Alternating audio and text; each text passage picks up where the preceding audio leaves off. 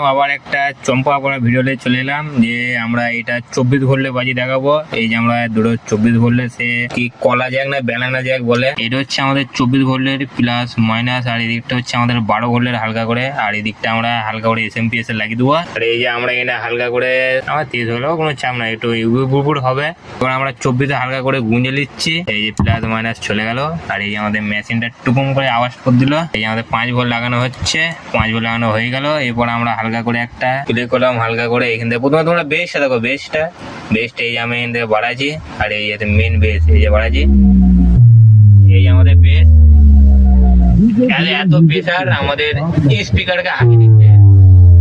এই যে তোমরা প্রেসারটা দেখো হালকা করে এখান থেকে যাচ্ছে, বোকারের প্রেসারটা এটাই। কাগজটা লাগিয়ে দেখে দেখো হালকা করে, কাগজ হবে মাঝে না ফাটলে মনে হচ্ছে, কাগজ করে দেবে আগে দিচ্ছে, এত প্রেসারে বাজছে। এরপর এই যে আমাদের কাগজ ফাটিয়ে দিচ্ছে, আর এইদিকে আমরা এই দুটো মাল বাজাচ্ছি। দেখলাম এদিক থেকে ভলিউমটা বাড়ালাম, তাই এই যে